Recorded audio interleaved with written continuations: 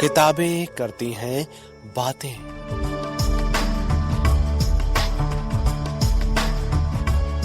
आवाज की तरंगों पर मेहनतकश जनता का साहित्य।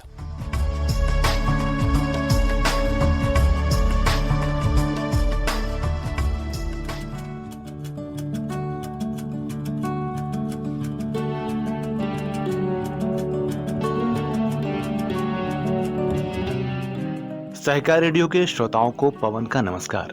साथियों, किताबें करती हैं बातें कार्यक्रम में इन दिनों आप सुन रहे हैं एमिल बर्न्स द्वारा लिखी हुई किताब मार्क्सवाद क्या है। अध्याय का शीर्षक है पूंजीवादी समाज। ये इस अध्याय का तीसरा भाग और श्रृंखला की 7वीं कड़ी है।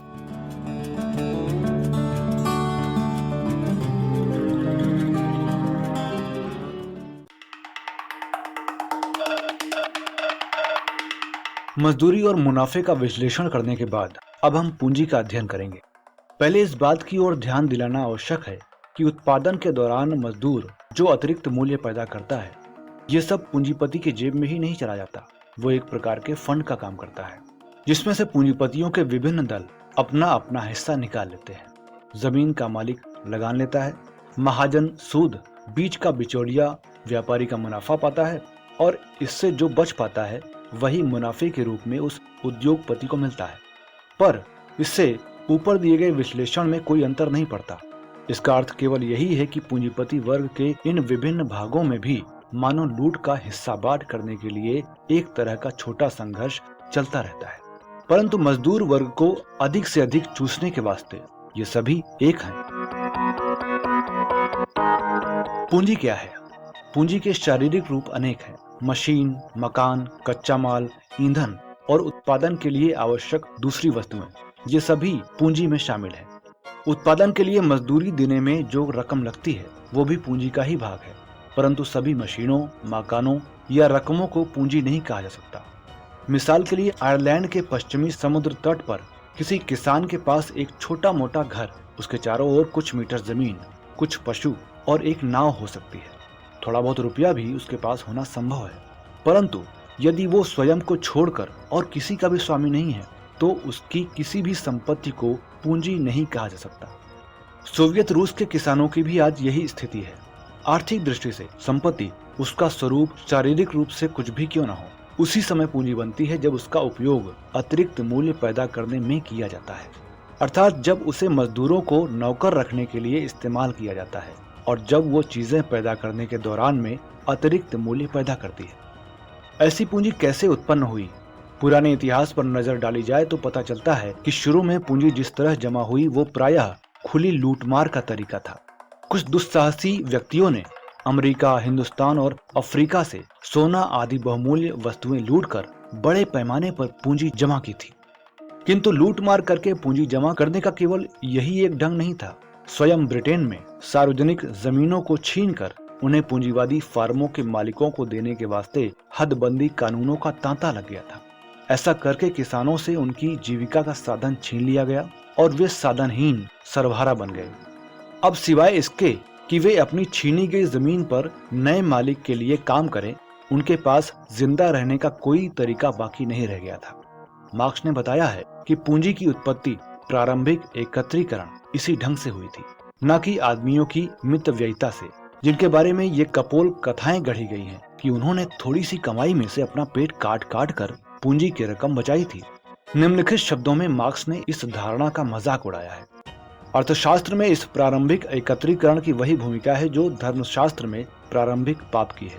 आदम ने चूंकि सेब मुंह में लगाया, इसलिए मनुष्य जाति पर पाप का पहाड़ टूट पड़ा। पहले बहुत बहुत समय पहले दो तरह के लोग थे। एक तो चंद बहुत मेहनती, होशियार और उससे भी ज्यादा कम खर्च लोग थे। दूसरे थे काहिल, बदमाश लोग जो अपनी दौलत ऐश आराम में उड़ा देने के आदी थे। इस प्रकार हुआ ये कि पहली तरह के लोगों ने दौलत इकट्ठी कर ली और दूसरी तरह के लोगों के पास बेचने के लिए अपनी चमड़ी के अलावा और कुछ न बचा। और इसी प्रारंभिक पाप के दिन से दुनिया की अधिकतर आबादी इतनी गरीब हो गई कि दिन रात मेहनत करने के बावजूद आज भी उसके पास बेचने के लिए केवल अपना शरीर ही बचा है।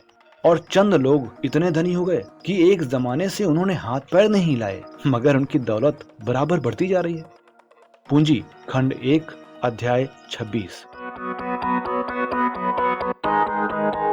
परंतु पूंजी प्रारंभिक एकत्रीकरण के स्तर पर ठहरी नहीं रहती, वो बेतहाशा बढ़ चुकी है।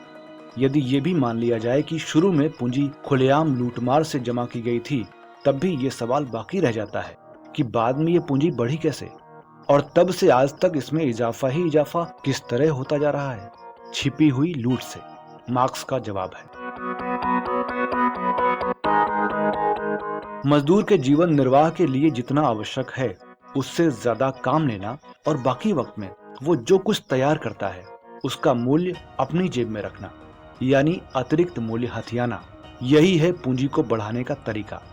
इस अतिरिक्त मूल्य का एक भाग पूंजीपति अपने जीवन निर्वाह पर खर्च करता है, बचा हुआ भाग नई पूंजी के रूप में इस्तेमाल होता है, यानी उसे वो अपनी पुरानी पूंजी में जोड़ देता है और उसकी मदद से पहले से ज्यादा मजदूरों को नौकर रखता है और आगे उत्पादन में पहले से अधिक अतिरिक्त मूल्य हथियाने में सफल होता है। इससे फिर नई पूंजी तैयार होती है और इसी प्रकार ये कभी न खत्म होने वाला क्रम चलता रहता है। या ये कहना चाहिए कि ये क्रम कभी खत्म न होता यदि कुछ दूसरे आर्थिक और सामाजिक नियम काम न करने लगते।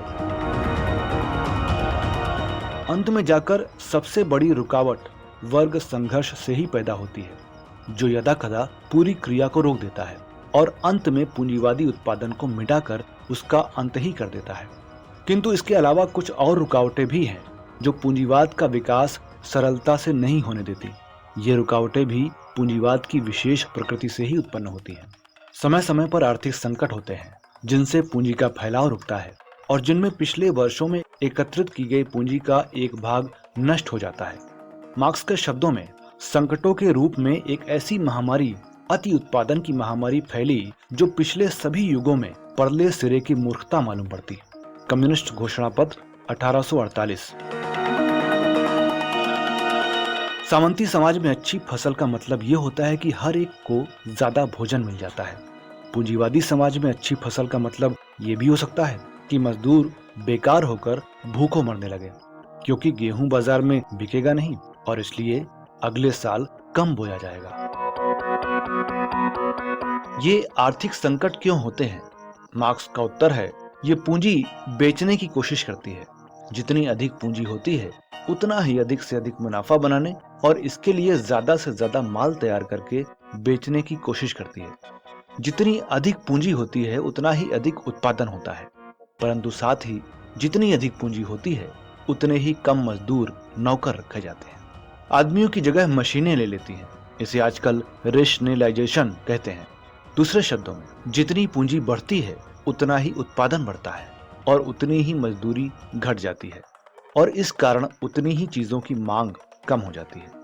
यहाँ ये बता देना शायद जरूरी है कि इस क्रिया में कुल मजदूरी में पूरी तरह से कमी होना आवश्यक नहीं है।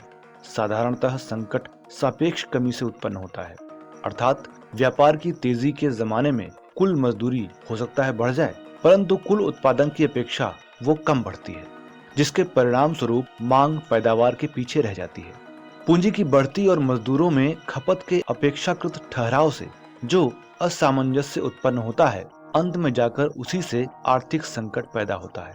परंतु आर्थिक संकट किस समय और किस ढंग से प्रकट होता है, ये बिल्कुल दूसरी बातों पर निर्भर हो सकता है। उदाहरण के लिए, अमेरिका में आर्थिक संकट का आना अवश्यंभावी है, किंतु 1950 से जो बड़े पैमाने पर लड़ाई का सामान वहां बनाया जा रहा है, जिससे माल की एक ऐसी सरकारी मांग पैदा हो गई है जो सामान्य पूंजीवादी प्रक्रिया से बिल्कुल बाहर है, उससे ये अवश्यंभावी आर्थिक संकट कुछ समय के लिए टल सकता है और आंशिक रूप से उस पर आवरण पड़ सकता है। इसके अतिरिक्त पूंजीवाद के विकास में एक और बात का बड़ा महत्व है, वो है प्रतियोगिता। पूंजीवादी उत्पादन के अन्य अंगों की भांति प्रतियोगिता के भी दो विरोधी परिणाम होते हैं। एक और अधिक माल बेच सकने की प्रतियोगिता के कारण प्रत्येक पूंजीवादी कारखाना उत्पादन का खर्च कम करने की कोशिश करता है और उसके लिए मजदूरी घटाकर या काम की तेजी बढ़ाकर या किसी और ढंग से रेशनलाइजेशन करके वो मजदूरी की मद में खर्च कम करता है। दूसरी ओर वे कारखाने जो काफी पूंजी इकट्ठा करके नई मशीनें लगा लेते हैं और कम मजदूरों से ज्यादा माल तैयार करने में कामयाब होते हैं। ऐसा करके अपनी कुल मजदूरी को कम कर देते हैं, जिससे माल की खपत घट जाती है। फिर भी जो कारखाना नई मशीनें लगाता है उसके मुनाफे की दर जरूर बढ़ जाती है, कम से कम वक्त तक के लिए, जब तक कि उसके प्रतिद्वंदी भी उसका अनुकरण न करने लगे। परंतु सभी प्रतिद्वंदी तो ऐसा नहीं कर सकते। जैसे जैसे औसत कारखाने बड़े होते जाते हैं, वैसे वैसे नई आधुनिक मशीनें लगाने का खर्च भी बढ़ता जाता है और उन कंपनियों की संख्या घटती जाती है जो इस होड़ में साथ साथ चल सकती हों। दूसरी कंपनियां बैठ जाती हैं, उनका दिवाला निकल जाता है। वे या तो प्रतिद्वंदियों के हाथों में चली जाती हैं या बंद हो जाती हैं। एक पूंजीपति कई को हड़प जाता है। इस प्रकार उद्योग धंधों की प्रत्येक शाखा में अलग अलग कारखानों की संख्या बराबर घटती जाती है। बड़े बड़े इजारेदार ट्रस्ट बनते हैं जो उद्योग की किसी विशेष शाखा पर एकाधिकार जमा लेते हैं। इस प्रकार पूंजीवादी प्रतियोगिता में से ठीक उसकी विरोधी वस्तु उत्पन्न होती है, यानी पूंजीवादी एकाधिकार। इससे कुछ नई बातें पैदा होती हैं जिनका वर्णन आगे आने वाले अध्याय में किया गया है।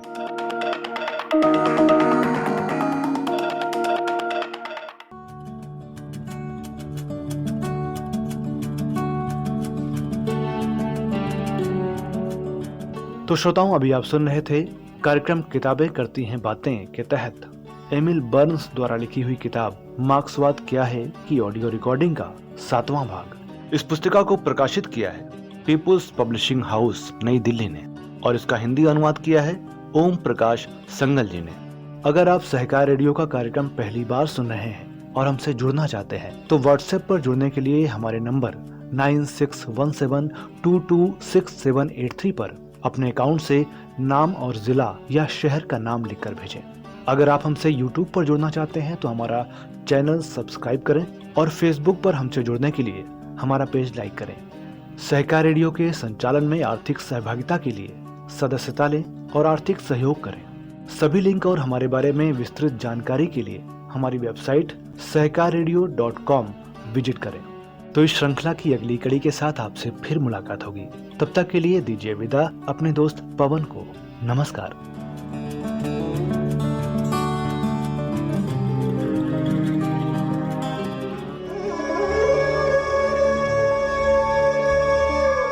किताबें करती हैं बातें।